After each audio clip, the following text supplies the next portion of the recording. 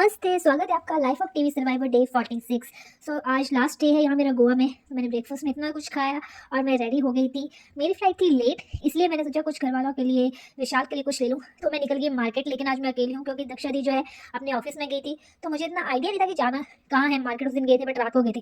फिर मैं सीधा सीधा चलती रही और यहाँ पे खूबसूरत जो घर दिखे और बहुत सारी चीज़ें जो थी, जो कि हमारे जो एरिया नॉर्थ में उसमें डिफरेंट था। तो यहाँ मैं चलती रही, मुझे आइडिया नहीं लग रहा था कहाँ मार्केट है। मैंने गूगल पे भी देखा और पूछा भी, बट चलती रही। धूप थी, ह्यूमिडिटी थी, तो मैं थक भी गई थी, बट फाइनली मैं पहुंच गई।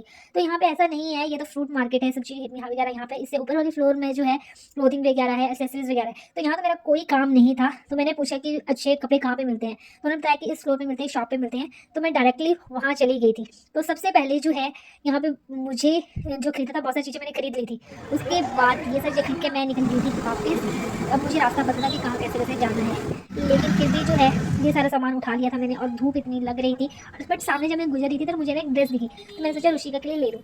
लेकिन जैसे मैं अंदर गई तो ड्रेस का रेट बहुत बता दिया था उन्होंने। लेकिन मुझे छोटे छोटे शूज़ दिखे थे तो मैंने वो ले लिए। उसके बाद मैं सीधी चलती रही और धूप से बचने के लिए मैंने किया अपने इन बैग्स का यूज़। तो बट ये किसी काम के नहीं थे क्योंकि धूप से इतना नहीं मुझे बचा पाए। तो इतनी मुझे गर्मी लग रही थी कि मैं पैदल चल रही थी। ऑटो वगैरह का मुझे यहाँ का आइडिया नहीं था और ज़्यादा दूर भी नहीं था, 1-1.5 किलोमीटर था। तो मैंने सोचा कि पैदल चलना ही सही रहेगा।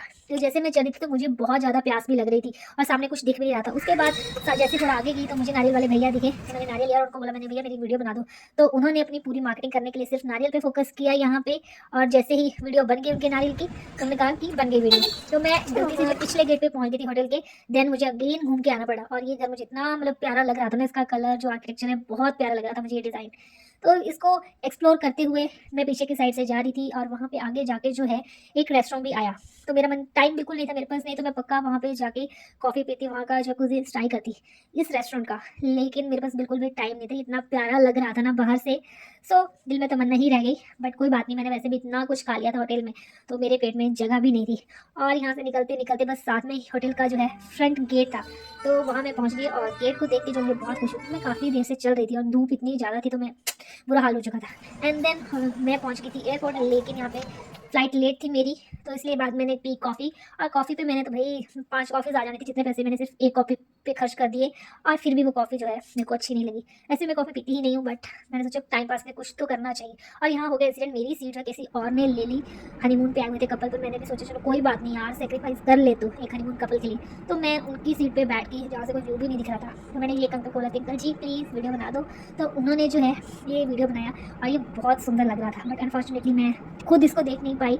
बट कोई बात नहीं, शायद उनकी किस्मत में वो सीट लिखी होगी। उसके बाद मुझे करना था वॉशरूम, उसमें 2.5 घंटे की फ्लाइट थी। तो जब मैं वॉशरूम गई, मैं इसको लॉक किया। और वॉशरूम इतना छोटा था कि उस पर खड़े होना भी मतलब मुश्किल हो रहा था। तो मैं समझ रही थी, टैप ही नहीं चल रहा था, मुझे कुछ समझ नहीं आ रहा था उसमें कि है क्या, होगा कैसे। एंड देन उसके बाद मैं चलो कोई ना, अब यूज़ तो करना ही है, ऑप्शन तो है नहीं मेरे पास बिल्कुल भी। यहाँ बना था सिगरेट का साइन, जबकि फ्लाइट में ई स्मोकिंग सिगरेट सब मना था, बट केक कंफ्यूज करने वाली बात थी। तो इसके बाद जो है पहुँच गई मैं और मिलती हूँ नेक्स्ट ब्लॉग में।